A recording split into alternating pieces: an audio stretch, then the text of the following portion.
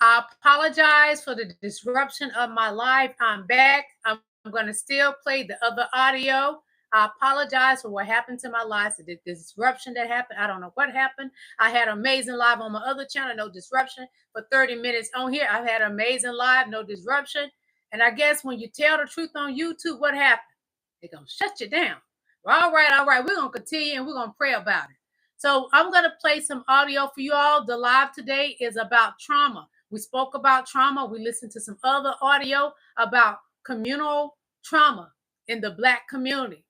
We're discussing Nolan Wells. Nolan Wells. He is deceased right now. He went to an island with all Caucasian people. He was the only Black and he didn't make it back. But for us to end this on a good note, and being I'm starting over because my live shut down, we're going to head up out of here, but I'm going to let you listen to some audio to bring you back down to an even, calm place. Okay? Just a moment.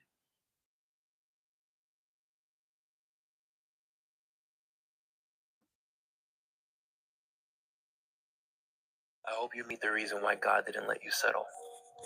You find out that he was actually preparing someone who was going to love you so much that it would make you forget what love never was. That he was actually preparing you to receive a love that wasn't going to be hurt by your trauma. That someone was going to love you so much and so deeply, you actually thought maybe 1 Corinthians 13 was real. That it was God being reflected from this person, loving you patiently, kindly, and most importantly, never ending.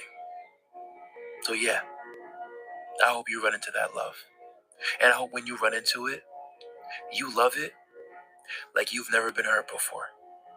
Like you've never experienced trauma or pain before. Not because you're silly or stupid, but because you're ready, patient, and prepared. I hope you for that kind of love, y'all, because everybody deserves it. Doesn't matter what trauma you have experienced. We all deserve love. We already got God's love. He would never leave us nor forsake us. Okay? One moment. Now I'm going to play an audio to uplift your spirits. Where we started, it was deep and heavy on my live that just shut down. So I have to bring you back to a safe space with Dr. Lillie. Just a moment. God is healing someone's heart watching this right now. And that someone is you. Say this out loud. God is healing every broken place in my heart. I'm not defined by what hurt me. I'm defined by what God is doing in me right now. The pain I've carried, God is lifting it off my shoulders. Every disappointment is becoming a divine appointment. What was meant to break me, God is using to build me. I am not my trauma. I am not my past. I am healed. I am whole. I am loved. My heart is being restored right now. I feel peace replacing pain. I feel joy replacing sorrow. God is doing a new thing in my heart, and I receive it fully. The walls I built to protect myself, God is gently taking them down. I don't have to guard my heart alone anymore. God is my protector. God is my healer. God is my peace. Every cracked place in my heart is being filled with light. I forgive what I couldn't forgive before, and I'm free. The weight I've been carrying was never mine to hold. I release it. I let it go. I step into healing. My heart is not broken. My heart is under construction, and the one doing the work is the one who made me. I am not who I was yesterday. I am not who the world said I'd become. I am who God says I am, right now. Stay in peace. Stay in faith, stay covered. Take a moment and type healed in the comments. Let it be your declaration of faith. And if this prayer... That was a powerful prayer. A prayer of healing and love. Hello, how you doing, Quinn White? How you doing? Hello, X5E. I was just doing a continuation of my live that shut down. When I leave out of my live, I like to give y'all something positive to listen to, uplift you, because the subject today was about trauma and Nolan Wales. So I want to leave you with something that brings you down back and calm you and make you feel like you are in a safe space with Dr. Lillie. Hello there, Chris. How you doing? Go back and watch the live that actually shut down. This was just a continuation from that live. So I appreciate you all coming on this live. Okay. We must pray for Nolan Wales' family. A loss is nothing to play about. His family is grieving the loss of the 18-year-old son, Nolan Wales. The Black community is grieving the loss of Nolan Wales. The Black community is being traumatized daily here in America. Trauma is not something to play about. Nolan Wales was traumatized by his Caucasian friends. He is no longer with us. I believe in my heart and in my opinion from the hands of his Caucasian friends. Who leaves their friend on a deserted island? Don't allow them to get back on the boat with them. Make up cock and picking crazy stories. Oh, he was left there with Katie. So Katie was out there on a deserted island too. No, Katie is back in Mississippi. Slave Valley. The Jim Crow Valley, Mississippi. Black Americans are traumatized here in America daily. And y'all say, get over it. How can we get over the traumatization from our beautiful Caucasian sisters and brothers when you continue to implement pain among us and unalive us? Trauma is real. Trauma in America is real. Trauma against Black Americans is real. I'm going to play this audio again for you. I want y'all to hear it again because this is so important what this young man has to say. The traumatization of Black Americans, community trauma. Hold on.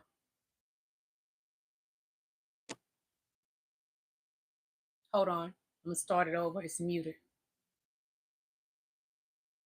Communal trauma, y'all.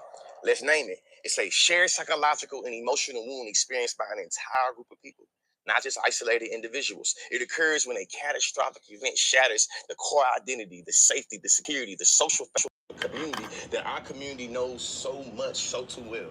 I really want to name it for us, y'all. There is a certain level of racial terror that we let me know if you can hear it. Can you hear it? We've seen this image or when we heard about the story.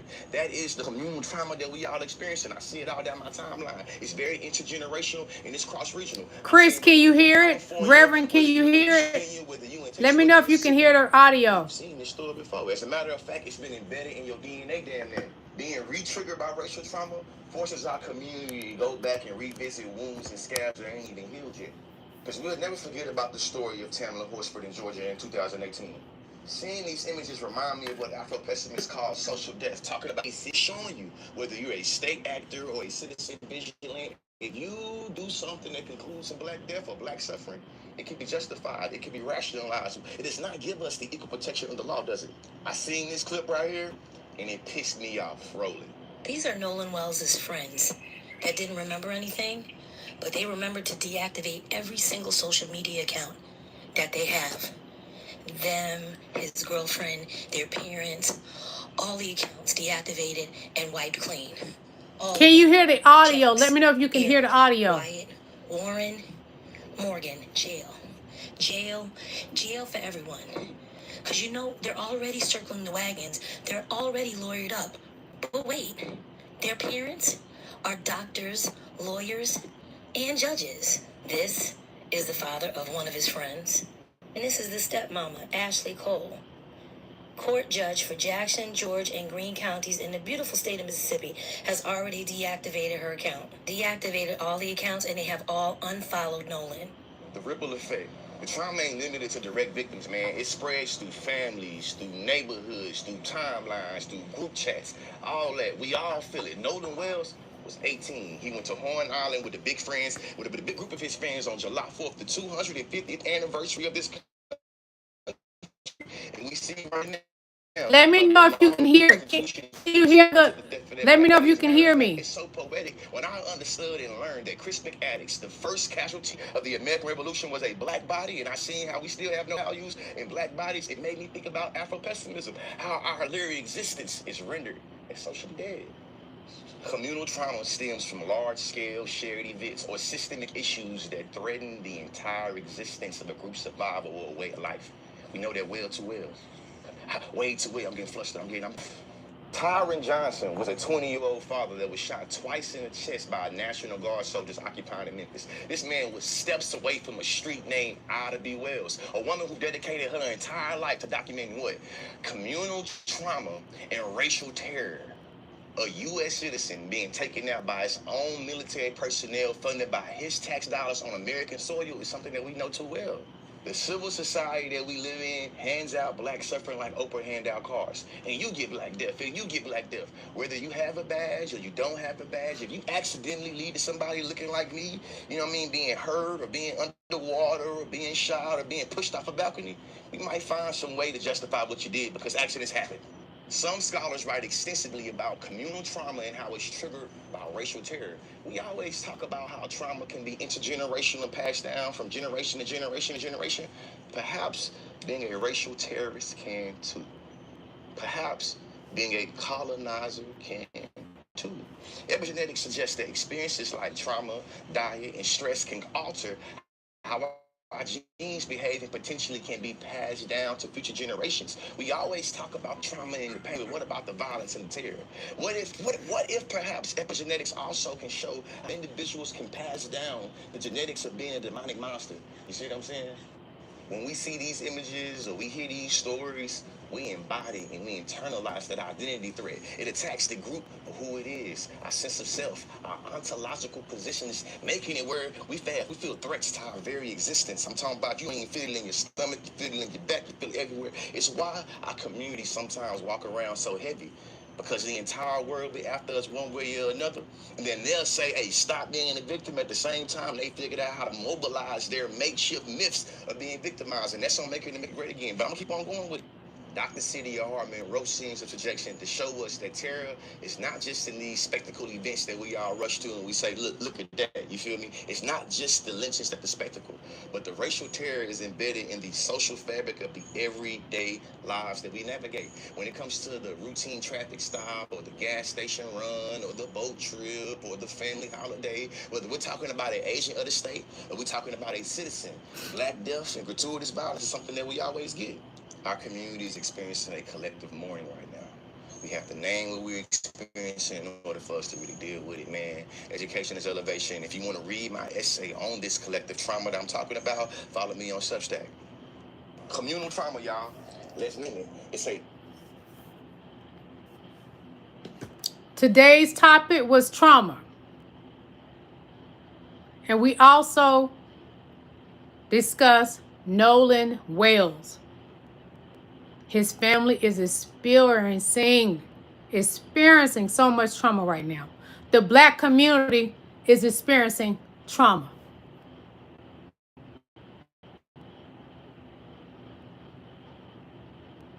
Trauma is real. We no longer want to live in trauma. But black Americans are forced to live in it. Living in America. I want to thank each and every one of y'all for coming to my live. Hit that like button before you leave out. And Aloy, these are my eyebrows. I just fill them in. This is my hair growing from my scalp. Black people grow hair too, my love. Beloved, be blessed. I want to thank each and every last one of you all for coming to my live. God loves you. I love you. Pray for the Nolan Wells family. Pray for this country. You too, Reverend. Have a blessed night. I love you. I love you all. God loves you. Pray for the Nolan Wells family. Good night.